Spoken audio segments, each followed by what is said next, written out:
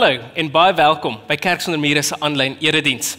Ons is besig met 'n reeks oor my woorde wat saak maak, my woorde wat baie weeg en die reeks se naam is As ek weer kon sê. So vandag is ons met die tweede gedeelte besig wat sê die bron waar die woorde begin maak nogal saak oor dit wat jy sê. Kom ons bid saam. Hemelse Vader, dankie dat ons in U teenwoordigheid en in U woord kan leer en weet, Here, wat dit beteken om U te verteenwoordig. Here, my gebed is, mag U met hierdie erediens ons aanraak, mag U ons verander en mag U vir ons 'n ander manier van dink gee oor hoe ons woorde gebruik. Ons bid dit in die naam van Jesus Christus. Amen.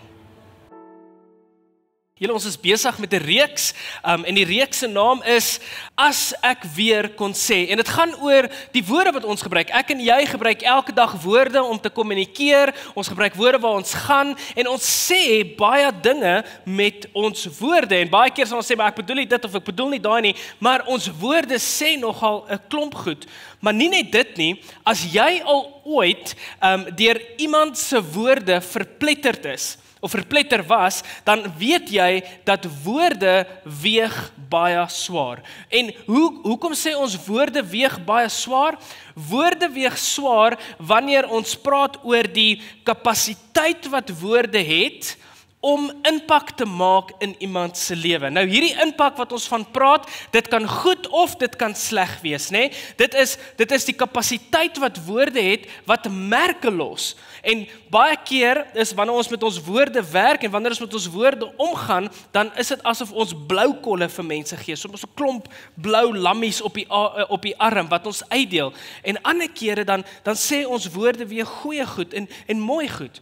Nou almal van ons, julle was al aan die ontvangkant van woorde wat opbou en woorde wat mooi is, woorde wat goed is, maar almal van ons was ook al aan die ontvangkant van woorde wat ons afgebreek het, woorde wat ons seer gemaak het, woorde wat ek gedink het, sjoe, ek het nooit gedink ek gaan daai woorde hoor nie, woorde selfs wat my selfvertroue afbreek en wat vir my 'n knou gee in dit.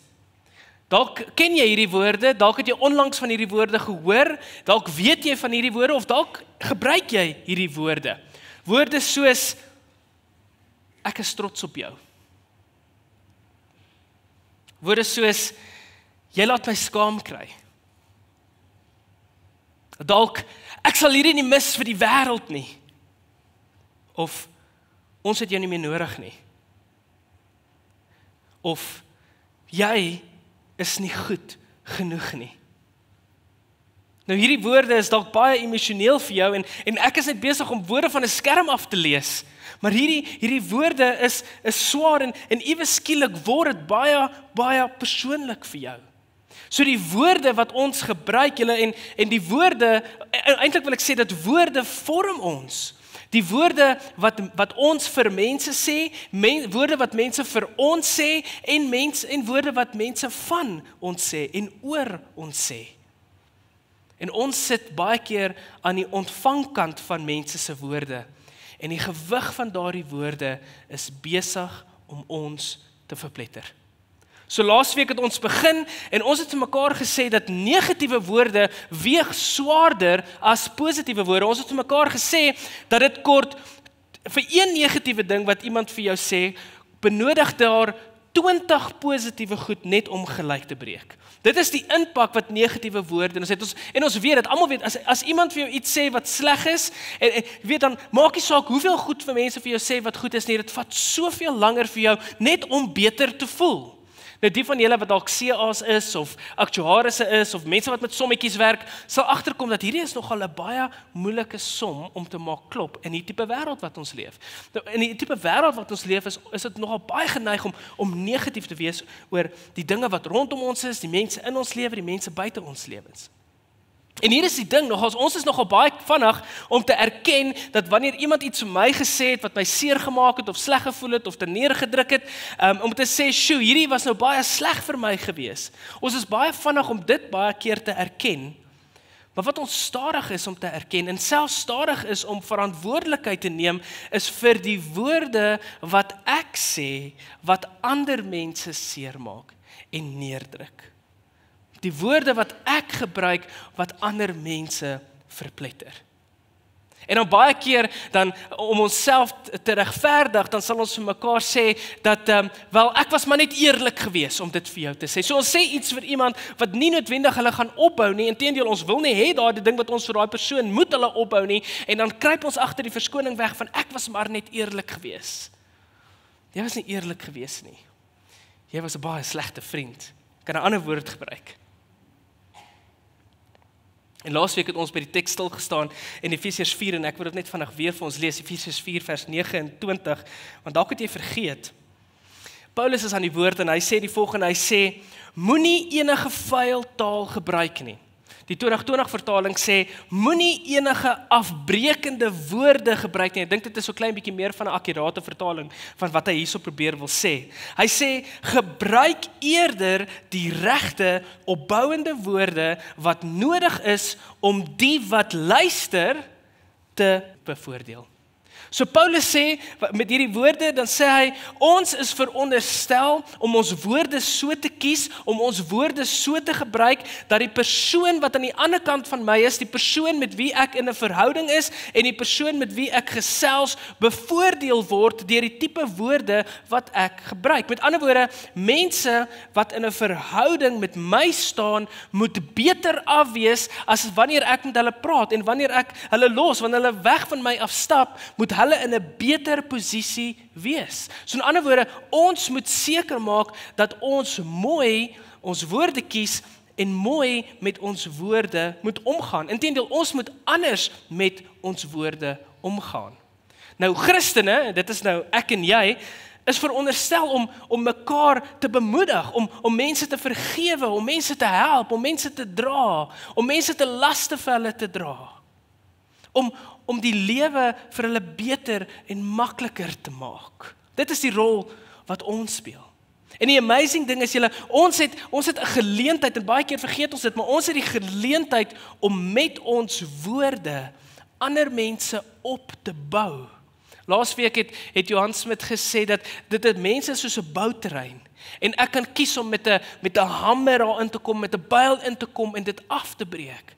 Of ek kan kies om in te kom met bakstene en sement en mooi teëls, om dit mooi en goed en reg te maak. Ons het die geleentheid om met ons woorde mense op te bou, om mense beter te laat wanneer hulle in 'n verhouding met ons is. En die vraag is hoekom? Hoekom? Die rede hoekom is, want ons is Jesus volgelinge. En wanneer ons 'n Jesus volgeling is, dan verteenwoordig ons nie onsself nie. Ons verteenwoordig iets in iemand groter. Ons verteenwoordig vir Jesus Christus. Nou dit bring my by vandag se tema. En dit is soms 'n bietjie moeilik om te staan, so gaan vir julle probeer om te verduidelik, maar die tema is, die bron bepaal die gewig. Die bron bepaal die gewig.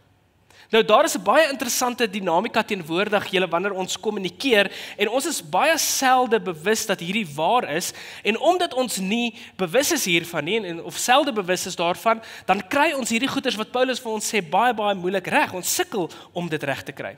Nou hier is die konsep. Die konsep is dat die verhouding wat ek met ander mense het, is nie die verhouding wat hulle met my het nie. Ek sien julle kyk my met sulke groot oë aan. Ek gaan nou vir julle verduidelik. Ek gaan dit weer sê, die verhouding wat ek met iemand het, is nie die verhouding wat hulle met my het nie. Ek het 'n voorbeeld. Ek werk met 'n klomp jong mense en dit is regtig awesome van hulle sit hierso. En die eerste diens was Sterrens daar gewees, die arme man wat elke week met my opgeskep sit. Maar dit is vir my so lekker om met jong mense te werk en want dit is bietjie my ouderdom mense. Dit is lekker om met hulle te gesels en hulle is my vriende en hulle is naby my en die manier hoe ek met hulle kommunikeer is ek sal baie keer grappies maak. Jy weet, en nie net dit nie, ek sal baie keer sarkasme gebruik want hierdie mense is ek's regtig lief vir hulle. Is regtig awesome mense om saam met hulle te kan werk, om saam met hulle te kan wees. Wat ek vergeet is baie keer, dat hulle sien my nie noodwendig net as hulle vriend nie. Inteendeel, sommiges van hulle sien my nie eers as hulle vriend nie. Baie van hulle kyk na my en hulle sien die dominee. Of mense kyk na my en hulle sien dalk 'n mentor. En ek moet besef dat ek moet versigtig wees met my woorde. Ek moet versigtig wees met my grappies en met my sarkasme, want ek kan dalk seermaak, al bedoel ek dit nie, maar omdat die verhouding anders is, omdat daar 'n ongelykheid in die verhouding is, kan ek baie keer iets uit my woorde sê wat ek nie regtig bedoel het nie. Baie keer dan sal ons mos hoor, jy kan nie glo nie, die dominee het dit gesê, of die dominee het daardie grappie gemaak, kan jy glo, skande. En hierdie dinamika julle is teenwoordig in al ons verhoudings, alle tipe verhoudings wat ons het. Ek het nog 'n voorbeeld, wie van julle het kinders? Wie van julle het kinders wat hier so is? 'n Paar van julle het kinders hier so is. Nou jy het 'n verhouding met jou kind en jou kind het 'n verhouding met jou, maar die verhouding wat jy met jou kind het is anders as die verhouding wat hulle met jou het. Jy is die ouer, jy's die ouer een, en jy het 'n verhouding met wel 'n kind, 'n mindere, iemand wat 100% van jou afhanklik is. Hulle het 'n verhouding met 'n volwassene, iemand wat hulle na opkyk, iemand wat vir hulle moet sorg. Nee, so in hierdie tipe verhouding is daar ongelykheid, want jy is die volwassene, jy is as te ware die baas, tot met die ouderdom van so 13 jaar. En dan word het omgegooi. Maar by jou werk, het jy 'n verhouding met jou werkgewer, jy het 'n verhouding met jou kollegas, en hierdie verhouding wat jy met hierdie twee verskillende mense het, is nie dieselfde nie. In baie van ons verhoudings het ons verhoudings waar die een van die ander een afhanklik is, waar die een die ander ene benodig. Julle nou, elkeen van ons wat werk sal weet dat hierdie dinamikas en hierdie goeders bestaan, en ons is almal maar net vriendelik by die werk, want dit is goed vir my, maar ons is almal ook slim genoeg om te weet dat ek nie vriende met almal is by my werk nie. En dit is omdat daar hierdie ongelykheid in hierdie tipe verhoudings is, hierdie senior en junior verhoudings. Nou, ek wil net een ding sê, dit beteken nie dat van hierdie verhoudings is meer waardevol of meer waarde as 'n ander een, nee, glad nie. Al wat dit sê is dat hierdie verhoudings het verskillende invloed, verskillende gesag en verskillende mag. So wanneer iemand vir jou iets sê, aan wie jy verantwoordbaar is, iemand wat jou senior is, iemand wat jy dalk aan rapporteer, as jou baas dalk met jou raas, 'n senior of 'n mentor oor iets vir jou sê wat jy nie van hou nie, dan voel ons baie keer, ek weet nie nou wat ek kan doen nie, ek weet nie waar om my kop om te druk nie. Dit voel amper asof jou wêreld in mekaar val. En dit is nie altyd dieselfde wanneer iemand wie aan my rapporteer noodwendig dit vir my sê nie. Dit gaan nie noodwendig dieselfde impak in my lewe hê nie. So, ons het nou laas ook daar gepraat, so dit is nie net wat jy sê nie, wat jou lewe impak nie, maar ook deur wie dit gesê word. Julle, so jou posisie as 'n bestuurder of 'n CEO of 'n eienaar of 'n onderwyser of 'n baas, daardie woorde weeg swaarder as jou jonger broer of jou kollega of jou kind of jou werknemer of jou junior se woorde. Julle, en dit kan goed of sleg wees. As iemand na jou toe kom en sê, ek is so trots op jou. Jy het so amazing werk gedoen. Jy vat hierdie maatskappy na die volgende vlak toe. As gevolg van jou is die mense so gelukkig. Weet jy, wanneer ons dit hoor, dan voel ons so goed. En wanneer ons baas vir ons dit sê, dan is ons net so, wow, ek voel so goed. Maar die teenoorgestelde is ook waar. En dit weeg baie keer swaarder. So die bron van wie hierdie woorde afkom, bepaal hoe swaar hierdie woorde weeg. Julle, nou dat ons dit weet, nou kan ons dit maar gaan doen en ons kan ons woorde maar beter gebruik. Spreuke sê vir ons in Spreuke 12 vers 18, dat daar is mense wat dinge sal sê wat seer maak. Maar 'n wyse mens, en 'n mens kan eintlik maar hierso insit, 'n Christen, se woorde bring eerder genesing. So ons kan kies, ons woorde kan of seer maak en afbreek, of ons woorde kan genesing bring. Dit is my so 'n mooi woord, dit kan genesing bring. So jy kan kies om jou woorde te gebruik as 'n hefboom, ek het eintlik nie 'n beter Afrikaanse woord nie, daarvoor nie, as 'n slinger. Jy kan jou woorde as 'n slinger gebruik om mense wat aan die ontvangkant van wie jy in 'n verhouding is, beter te maak. om beter en blyer te maak. Nou ek weet nie of jy agtergekom het, maar hierdie is nogal baie goeie raad vir enige iemand. Maak nie saak wie jy is nie, selfs 'n ongelowige. As 'n ongelowige hierdie goeders gaan doen en net na hulle woorde gaan kyk en net hierdie konsep gaan besef, dan gaan hulle 'n beter mens wees. En nie net dit nie, die mense met wie hulle in 'n verhouding is, gaan ook beter af wees. Hulle gaan ook 'n gelukkiger lewe wees. Hulle gaan ook beter en mooier wees as jy sou kies om dit te doen. Dit sal 'n massiewe verskil maak met die mense rondom jou. Maar vir ons as Christene, as jy 'n volgeling is van Jesus Christus, dan is hierdie nie opsioneel nie. Ons word eintlik verplig, wanneer jy Paulus se briewe lees, wanneer jy Jesus se woorde kyk en wat hy gesê het. Ons word verplig om hierdie reg te kry. Ons word beveel om ander mense lief te hê. En dit sluit ons woorde in, nie net ons aksies nie, dit sluit ons woorde in wat ons gebruik. Ons moet met ons woorde in liefde omgaan. En wat is die rede daarvoor? Wat is die rede daarvoor? Die rede is, ons verteenwoordig nie onsself nie. Ons verteenwoordig iets groter. Ons verteenwoordig vir Jesus Christus. Vir 'n Christen is daar half 'n kinkel in die kabel.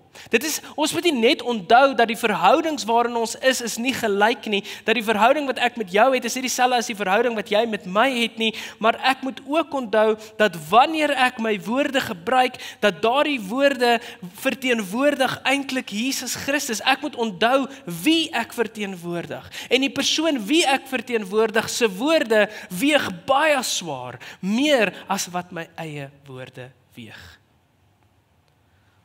So as 'n Christen is jy meer as net 'n werknemer of 'n werkgewer. As 'n Christen is jy meer as net 'n ouer. Jy's meer as net 'n onderwyser. Jy's meer as net 'n verkoopsman of 'n makelaar. Jy is meer as net 'n ouer broer of suster of 'n jonger broer of suster. Jy is eintlik 'n ambassadeur van Jesus Christus. Jy dra as te ware so 'n massiewe groot logo op jou maag wat sê ek is 'n Christen. En Jesus praat nogal hieroor en vir Jesus was hierdie nogal baie belangrik dat sy volgelinge dit sal verstaan en hy sê in Matteus 5 vers 13, ek wil dit graag vir ons lees, hierdie is Jesus se eie woorde en om sy woorde te gebruik sê hy, julle of jy, hy maak dit baie persoonlik, jy is die sout van die aarde, julle is die sout vir die aarde. En wat beteken dit? Ons kan 'n hele preek hierso uitpak van wat dit beteken om die sout van die aarde te wees of die sout vir die aarde te wees, maar wat hy hierso ook sê is, die implikasie daarvan is dat jou woorde moet ook soos sout wees. Julle nou wat doen sout? Sout preserveer. Sout beskerm. Dit laat nie toe dat iets sleg of vrot word nie, en die enigste voorbeeld wat ek aan kon ding is 'n lekker stukkie biltong. Nou as 'n mens net 'n stukkie rou vleis vat en jy sit dit daar op die tafel neer sonder om sout of spesery of enigiets op dit te sit, dan word dit 'n gagaspoel. Maar wanneer jy ongelooflik sout daarby sit, nie net kry dit geur nie, maar dit word 'n betere produk. Dit word lekker, dit maak beter. So Jesus sê, as jy die sout is, dan moet jou woorde ook sout wees. Nie 'n slegte sout wat in die wonde insmeer van mense nie, maar iets wat opbou, wat preserveer, wat mooi maak en reg maak. Dit wat iets beter maak. En dan gaan hy aan, in vers 14, dan gaan Jesus verder, hy sê, nie net dit nie, julle moet onthou, julle is die lig vir die wêreld. Julle moet onthou dat ons woorde is lig, of dit moet lig en lewe bring vir elke persoon waarmee ek in aanraking kom. Elke persoon wat naby my is, my woorde moet soos lig en lewe vir hierdie mense bring. Hulle moet dit kan ontvang en kan sien dat daar is iets anders aan jou woorde. En Jesus maak dit baie duidelik. Hy sê, omdat jy die lig is, kan jy dit nie wegsteek nie. Met ander woorde, jy kan nie 'n geheime agent Christen wees nie. Jy werk nie vir die geheime diens nie. As jy 'n Christen is, dan kan jy nie onder die radar beweeg nie. As jy 'n Christen is, nie net is jou woorde sout nie, maar jou woorde is ook soos lig. Lig wat vir mense wys waar om te beweeg, wat hulle kan sien waar om te loop, hoe om te loop. Ons woorde soos 'n helder lig gebruik word, wat ons nie kan wegsteek nie. En dan skryf hy oor, hy sê in vers 15, hy sê, as jy die lamp aangesteek het, dan is jy nie dom om dit onder 'n houer te sit nie. Wanneer jy 'n lamp of 'n kers aangesteek het vir altyd as load shedding, sien ons dit baie. Dan sit jy dit op 'n plek waar dit die hele vertrek kan lig gee, sodat almal wat in die vertrek is, kan weet waar om te beweeg, sodat hulle kan sien. So jy moet jou lig laat skyn. Mense moet by mekaar kan bring. Hulle moet die dots kan connect oor hoekom leef jy, hoekom sê jy, hoekom aanbid jy op die manier wat jy doen, en dan sal hulle agterkom dat die implikasie van dit, die implikasie van 'n Christen wees, is om anders te leef en om jou woorde anders te gebruik. Vers 16 sê, laat julle lig so skyn voor mense, sodat hulle julle goeie werke kan sien, en julle Vader wat in die hemel is, kan verheerlik. Julle, ons woorde kan net vir God verheerlik, wanneer dit doen wat hy in gedagte gehad het, dit moet doen. Dat ons woorde as mense wat vir God teenwoordig, vir Jesus teenwoordig, sodat dit hulle kan opbou.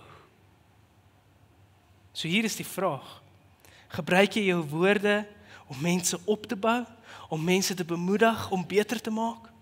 Dit is wat Paulus vir ons sê, wat ons moet doen. Julle, en hierdie is 'n geleentheid. Dit is eintlik nie net 'n geleentheid nie, dit is eintlik 'n verantwoordelikheid wat ons het om ons woorde so te gebruik. Dink jy net self in vir 'n oomblik, hoe sal Centurion lyk as almal net in hierdie kerk, met die 8 uur diens en met die 10 uur diens en vanaand se diens, almal wat hierso sit, net dit ter harte vat.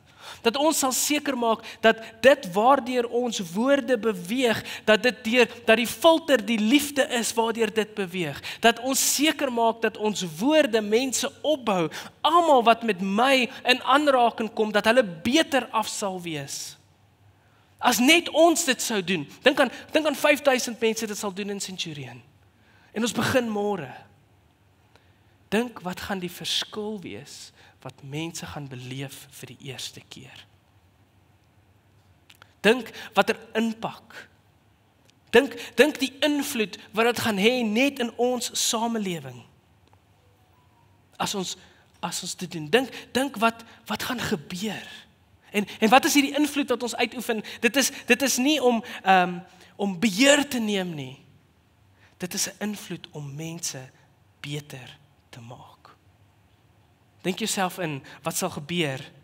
Wat se invloed en verskil hierdie kerk kan maak? Julle en ons het so nodig om dit te doen.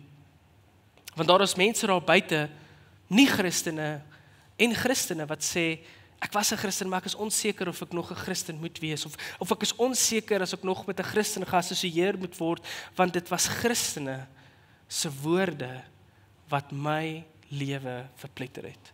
Dit was Christene wat goeders vir my gesê het, wat my so seer gemaak het, dat ek nie weet of ek nog deel van daai mense wil wees nie. Deel van daai gemeenskap wil wees nie.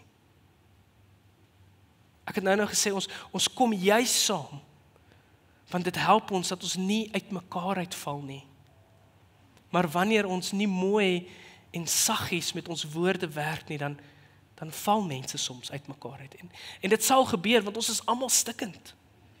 Ons het almal nodig dat mense met ons mooi werk, maar ons het ook nodig dat ons met mense met mooi werk.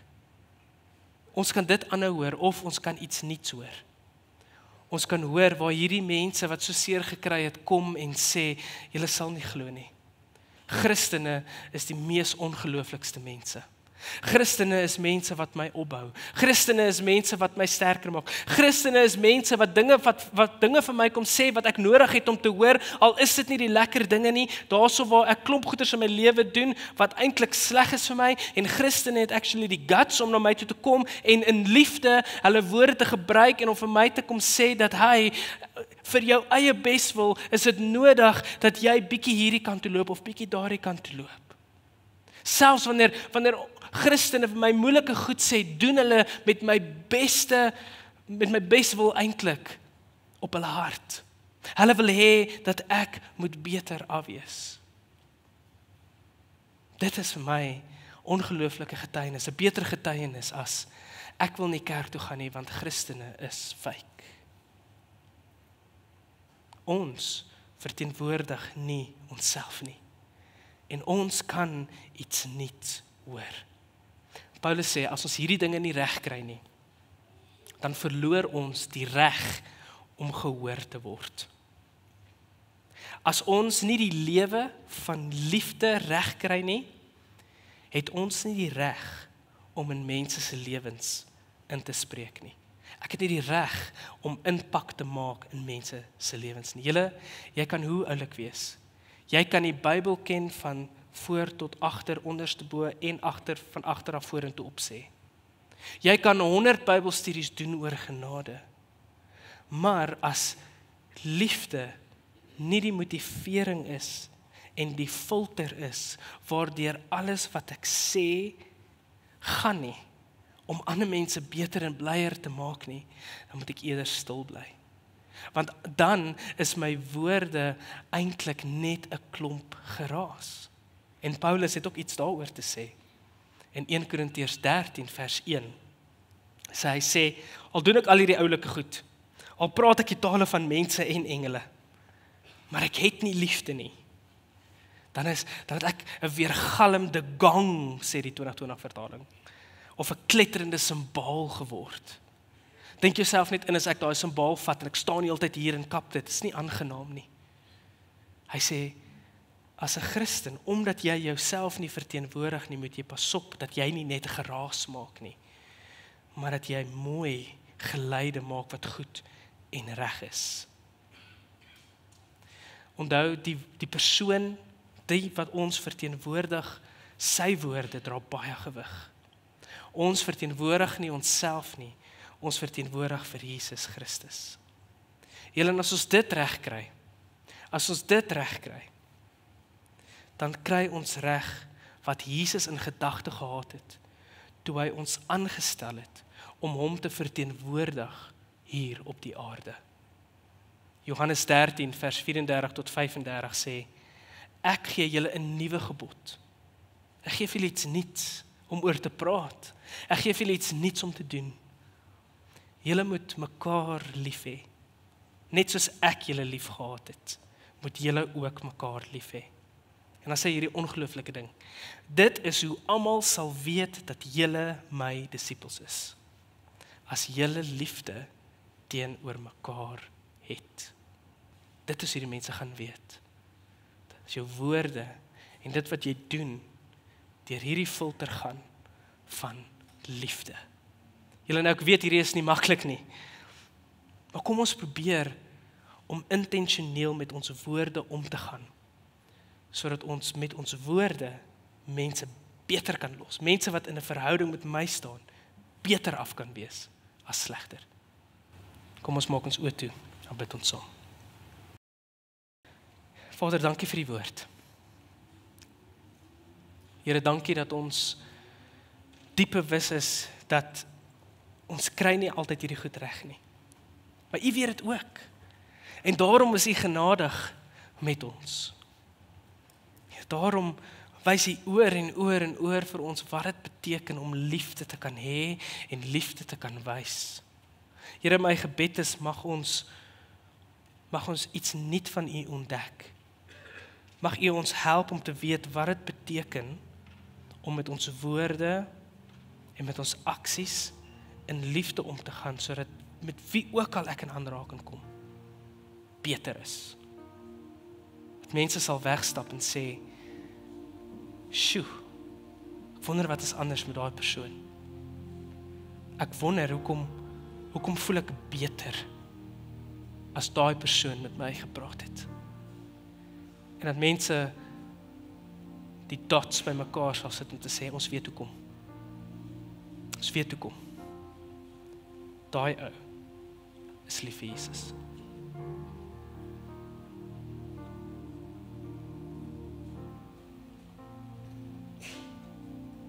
Dankie dat ons hierdie goed kan vra. In die wonderlike naam